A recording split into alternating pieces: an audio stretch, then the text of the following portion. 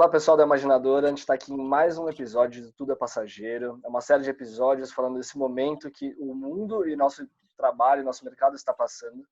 E hoje a gente está com um personagem um pouco diferente, um pouco fora do nosso mercado. Vamos falar agora com o Eduardo Cordeiro, que ele é um turismólogo, com a Michele Prazeres, ela é jornalista. Os dois tocam o projeto Desacelera SP. É um projeto que fala muito sobre a desaceleração. Já falava muito antes, né, dessa crise que a gente está passando agora, só que eu acho que agora isso torna-se ainda mais importante para a gente aprender a respeitar o tempo. Então, eu queria agora começar apresentando eles para vocês. Oi, gente, tudo bem? Tudo bom, tudo jóia. É muito bom estar aqui para conversar com vocês sobre os desafios que esse período tá apresentando para a gente, porque acho que a gente foi, de alguma forma, obrigado a parar ou a desacelerar, e é disso que fala o nosso projeto, que chama Desacelera São Paulo. Então, a gente está considerando esse momento que a gente está vivendo muito delicado, muito difícil, mas a gente está preferindo olhar para ele como uma janela aí de oportunidade para a gente pensar na importância de levar a vida um pouco mais devagar. Que legal. É bom falar desse projeto, até do Desacelera, né? Que eu acho que fala muito dessa transformação da nossa relação com o tempo, né? Eu acho que realmente esse momento é muito propício para a gente aprender, né, a respeitar essa relação com o tempo. Então, queria que vocês comentassem um pouco como vocês acham, como está sendo essa transformação, qual a maior dificuldade das pessoas de passar dessa transformação de uma maneira tão forçada nesse momento. Eu acho que na verdade, eu acho que foi avançando no tempo esse sentimento, pelo menos para mim.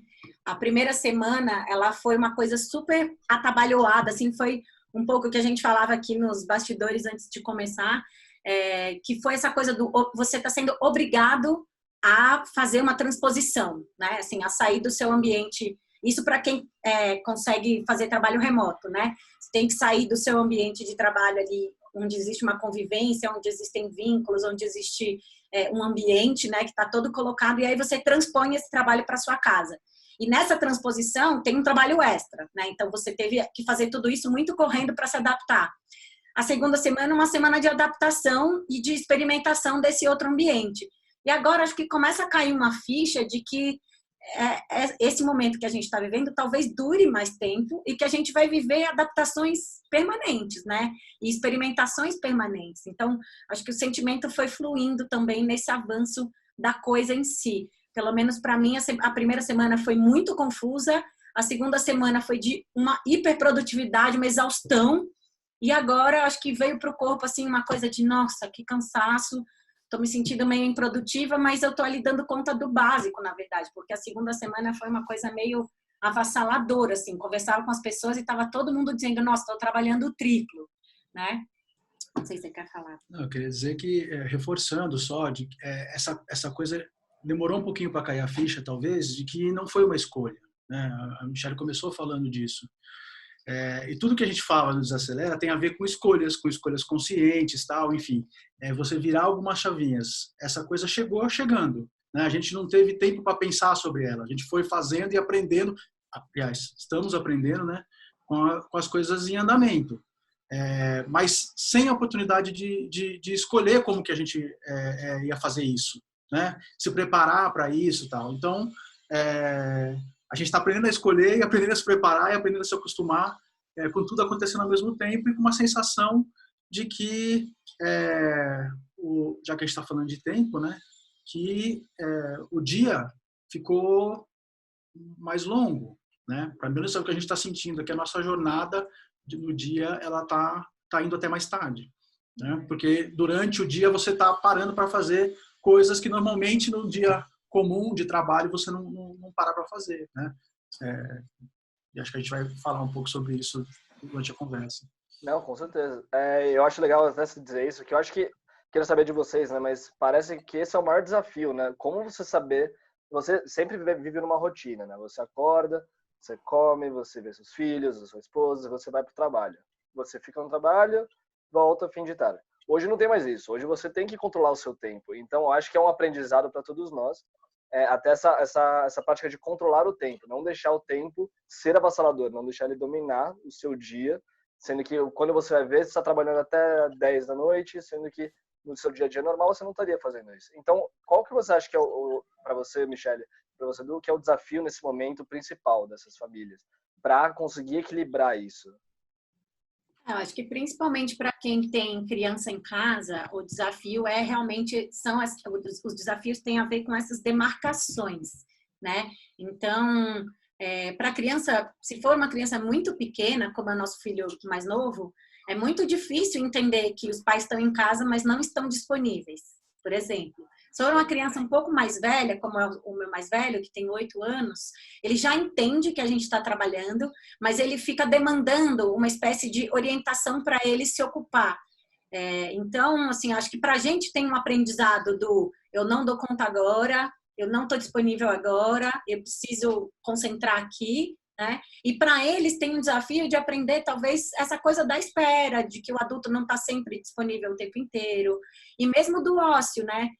Eu falava em um dos textos que eu escrevi para o Desacelera nesse período, as crianças elas precisam estar cuidadas, elas não precisam estar ocupadas o tempo inteiro, né? Eles podem também ficar sem fazer nada, e é importante eles aprenderem isso, né? Se já não aprendiam antes, né? E reforçar isso. Então, acho que a principal tarefa, assim, já para quem trabalha em casa normalmente, né? Para quem faz home office normalmente, mas especialmente para todo mundo que está fazendo isso agora, é você ter as demarcações e se organizar. Porque, assim, para mim, a parte mais difícil é você, por exemplo, estender um pouco o trabalho e depois conseguir desconectar para dormir. Nossa, eu estou demorando muito mais para dormir, entendeu? Tipo, ficar dando aula até às 10h30 da noite, eu demoro muito mais para desconectar do que uma aula que eu estava fazendo presencialmente. Acho que a coisa da tecnologia também ajuda a gente a ficar mais acelerado, né? Se fica o dia todo na tela, você demora mais para desconectar. Então, acho que esses aprendizados, eles vão vindo com o tempo e vão dizer respeito a cada contexto. Aqui no nosso contexto, o que está fazendo sentido é a gente ter as rotinas e os horários, assim. Ao mesmo tempo, na primeira semana, a gente tentou organizar isso e foi um caos, não deu. A gente precisou deixar a rotina acontecer um pouco para conseguir dar um contorno para aquilo que estava acontecendo e não, tipo, estabelecer uma rotina e falar aqui, porque não ia dar certo isso. Nós somos em 4, né? Cada um com seus ritmos, cada um com as suas demandas de tempo, de atenção e de tudo. Então, a gente se revezando como adulto para conseguir conciliar trabalho, tarefa doméstica e cuidado com as crianças num esquema de revezamento, talvez, né? Então, acho que esse é um desafio, assim, porque mistura muito aquilo que você falava, mistura muito todas as atividades cotidianas num espaço e num tempo comum. E aí a gente que tem que fazer as repartições. Fazer esse quebra-cabeça, né? Do ponto de vista prático, o que a gente fez, né? E o que a gente aprendeu? É isso. No primeiro momento, a gente quis fazer uma agenda da semana. Não dá para fazer uma agenda da semana. Né? Então, a gente, no máximo, está agendando, combinando o dia seguinte. Quando pela manhã do dia, como vai ser. Então, assim, eu tenho um call, eu tenho uma videoconferência, enfim, esses horários que são horários que realmente a pessoa precisa estar concentrada, às vezes isolado numa parte da casa, a primeira pergunta que nós fazemos um para o outro, né? Hoje, quais são os seus horários fixos, assim, que eu não posso, né, que ninguém aqui pode contar com você, e a partir daí a gente organiza a agenda no dia. Né? Mas as coisas também estão acontecendo, não é só a nossa agenda, né? Uma coisa que eu aprendi é isso, tem a minha, mas a minha eu tenho que pensar em função da dela, que se nós dois marcarmos um compromisso no mesmo horário, provavelmente a gente vai ter uma dificuldade maior com eles, né? E aí, as agendas que vêm de fora. Então, assim, essa gestão, para mim, é o grande desafio, assim, imediato, né? Acho que virão outros, mas esse, para mim, saltou os olhos. Edu, você comentou que demorou para cair a ficha, né? E essa coisa de demorar já fala uma coisa de tempo, né? O que é demorar? Queria que vocês contassem o que fez cair a ficha. Em que momento vocês falaram, putz, mudou? Mudou e mudou muito pra gente. Para mim, né, foi essa sensação de que o dia ficou mais longo que eu comentei lá atrás, né? Eu falei, caramba, para conseguir colocar tudo no dia, houve um esforço maior, uma organização maior, né? E mesmo assim, como a gente tem outras atividades que foram incluídas na agenda, né? Essa sensação de que o dia ficou mais longo. E o dia mais longo dá essa sensação de que as coisas demoram mais, né? Então, assim, demora mais hoje para a gente estar totalmente disponível. Tipo, encerrei minhas atividades, pelo menos em relação ao trabalho do dia, né? Normalmente, num dia normal, talvez acontecesse mais cedo, está acontecendo mais tarde. Então, é o tempo aí diluído nessa nova configuração. Para mim foi a grande ficha do trabalho, né? Eu acho que faz tempo que a gente vem no Desacelera e na Escola do Tempo discutindo um pouco essas relações, né, entre a aceleração e o mundo do trabalho, porque o mundo do trabalho ele se apropria muito do nosso tempo, né? E aí, para mim foi essa ficha, sabe? Quando eu vim trabalhar de casa, o último dia que eu fui até a faculdade, falei, bom, agora é isso, pega todo o material que está aqui, leva para casa, rolou essa coisa de transpor o escritório para cá, porque eu estou muito habituada a trabalhar de casa, né? Como jornalista, tal, a gente está bastante habituado a fazer bastante coisa de casa. Mas essa coisa do ambiente de trabalho, sabe, da faculdade, de dar aula pela sala virtual e tal, isso para mim foi uma grande ficha, assim, que falou, bom, agora tem esse momento que sim, ele é ao mesmo tempo uma espera, porque tá todo mundo esperando que esse momento passe, e ele é, ao mesmo tempo, uma travessia, que precisa fazer sentido em si, né? Ela não pode ser só uma grande espera vazia de sentido. A gente tem vida durante, né? E no Desacelera a gente fala muito isso, né? Que a vida acontece no durante. Então, estejamos presentes no durante. E aí, de repente, esse durante se torna tudo, porque é uma espera cujo final não está colocado, né? E aí tem esse mistério, essa incerteza de você viver cada dia de uma vez e esse tempo, essa temporalidade que não está colocado um fim, né? Então, se a gente fala assim, não, serão 2 meses de confinamento, você faz um plano para esses 2 meses e consegue, de alguma forma, assentar essa espera, né? A gente está acostumado a viver desse jeito, a gente não está acostumado a viver uma espera que não tem fim, com um meio onde você não tem muita chance de intervir para que ele se aproxime do presente, entendeu? Tipo, o que eu quero dizer não tem muita coisa para a gente fazer que vá mudar o tempo dessa espera, a não ser ficar em casa, né? Porque aí a espera pode ser mais curta. Mas não tem muita incidência, não está muito sob nosso controle. Aí eu acho que tem uma grande lição disso tudo que está acontecendo, que é essa. A gente está muito acostumado a planejar, a saber do dia seguinte, a ter certeza dessa agenda de amanhã, né? A olhar para tudo isso e se organizar. E aí isso tudo está dizendo para a gente que é um dia de cada vez e, como disse uma amiga minha, 1 mês em cada dia. Parece que a gente está 1 ano e meio já, né, confinado. E ao mesmo tempo, não sei se vocês viveram isso, mas eu lembro bem na virada da primeira para a segunda semana, eu estou falando aí da semana do dia 12, da sexta-feira 13, como um marco, que foi quando a maior parte das pessoas realmente começou um processo de migrar, né, do trabalho presencial para o trabalho remoto. Por isso que eu estou falando de semana 1, 2 e 3, mas é um pouco um marco que está para a gente aqui. Pode que isso aqui não esteja para todo mundo. Na virada dessa primeira para a segunda semana, começou uma chuva assim de lives, aula de yoga, atividades para fazer com as crianças. Me dava um desespero. Eu falava, gente, eu não estou de férias, sabe? Pelo contrário, eu estou trabalhando muito mais. Porque dá trabalho transpor essa vida para uma outra organização, né? E aí começou uma série de sugestões de atividades para as pessoas fazerem em casa, como se elas estivessem com tempo livre. E aí eu lembro que eu até fiz um post de desabafo, eu falei assim, gente, por que a gente pode... Assim, a gente está trabalhando muito mais, fato, porque a gente está tendo que lidar com toda essa carga mental e mais com toda a transposição do trabalho para o trabalho remoto. Por que no tempo que talvez seja pouco e que sobre, a gente não pode ficar sem fazer nada? A gente tem que desacelerar, né?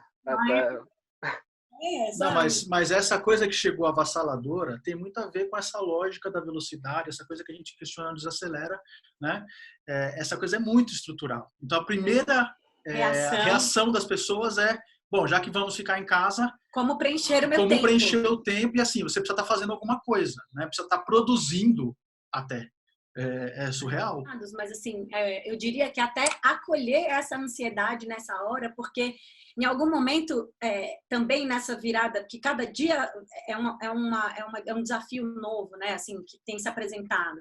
Em algum momento, eu achei que as pessoas também estavam assim, gente, tá tudo bem, tá tudo bem, tá tudo bem. Não tá tudo bem, sabe? Eu acho que as pessoas também poderem dizer que não tá tudo bem e que eu tô ansioso hoje e que eu preciso de ajuda, acho que também é acolher um lugar que está muito pulsante nesse momento que a gente está vivendo. Então, uma série de amigos psicólogos oferecendo atendimento gratuito online, porque assim, teve gente que esse negócio gatilhou muita coisa mesmo, e que também né, assim, normal, dentro da nossa nova normalidade que um dia a gente vai criar, porque eu acho que aquele normal que a gente vivia antes disso nunca mais vai ter, assim, pelo menos para quem se propõe a aprender alguma coisa com tudo isso que está vivendo, né? E eu dizia, antes da nossa conversa começar, ali para a Ju, que eu espero que a gente aprenda, né? Como humanidade, mesmo e como indivíduos. Mas a gente também, a gente quer acreditar que a gente está vivendo uma janela de aprendizado e de oportunidade para as pessoas olharem, né? Para o que é consumir só o que precisa, para o que é gastar só o que precisa de energia para as coisas, escolher as prioridades, olhar para esse uso do tempo, né? Enfim, a gente espera que as pessoas aprendam, mas eu acho que também tem uma ameaça colocada, que é uma grande armadilha, que é as pessoas já estão fazendo planos para quando a quarentena terminar, entendeu? E aí, outro dia também fiz outro post de desabafo, que era assim, gente, vocês estão fazendo plano para quando a quarentena terminar? Minha opinião é que a gente vai estar todo mundo exausto. Vamos ficar em casa quando a quarentena terminar. Porque, vamos relaxar, né? Vai estar muito cansado. E assim, se a gente ficar querendo caber no segundo semestre, tudo que não aconteceu no primeiro, é porque a gente não entendeu nada do que está acontecendo. Não é nenhuma lição, absolutamente nenhuma. Tomar cuidado para esse novo normal não ser um novo normal mais acelerado do que já era, né? Isso. Porque a ideia de ganhar tempo, né? Ganhar o tempo perdido, considerando que o tempo foi perdido, é que é o gatilho aí para que isso possa acontecer. Vocês querem dar mais alguma mensagem que vocês acham importante dar agora? Fiquem à vontade também. Viva essa espera como se ela não fosse uma espera, né? Ela não é só uma espera, ela é a nossa vida agora. Então, o viver hoje e desacelerar, acho que tem a ver com isso também. E eu queria só reforçar, talvez deixar o grande conceito que o Desacelera formulou nesse tempo, que é a coisa da consciência temporal, né? Mudou a configuração, mas eu acho que é um chamado, mais como sempre, para a gente pensar em como trazer consciência do que a gente está pensando, como a gente está se organizando, o que a gente está fazendo, enfim. Mais do que nunca, o momento está nos chamando para desenvolver, né? Junto com o cuidado, né? Autocuidado, cuidado com as pessoas próximas, tal. Então, assim, são valores muito caros para a gente aqui no Desacelera e que eu acho que o momento ajudou a revelar e a cristalizar, né, a necessidade deles. Gente, super legal. Michele, Eduardo, eu agradeço muito vocês pelo tempo de vocês, pela atenção. Pessoal, quem quiser acompanhar o trabalho deles, eles têm um movimento que chama Desacelera, que eles comentaram bastante. Tem um Instagram que chama Desacelera SP. E eles criaram um evento que chama Dia Sem Pressa, que é um evento uma vez por ano, que é para passar os aprendizados, vem de várias formas e modelos de atividades, de ensinamentos. É super legal o trabalho deles, dê uma olhada no Instagram deles. E, pessoal, é isso. Eu agradeço muito vocês. E até uma próxima. Boa sorte para todos nós, que a gente desacelere e aprenda a respeitar esse tempo que vai ser longo, essa espera que vai ser longa, mas que vai passar. No final vai passar. Obrigada, Ju. Obrigada, Mi. Valeu, Ju. Obrigado. A gente que agradece.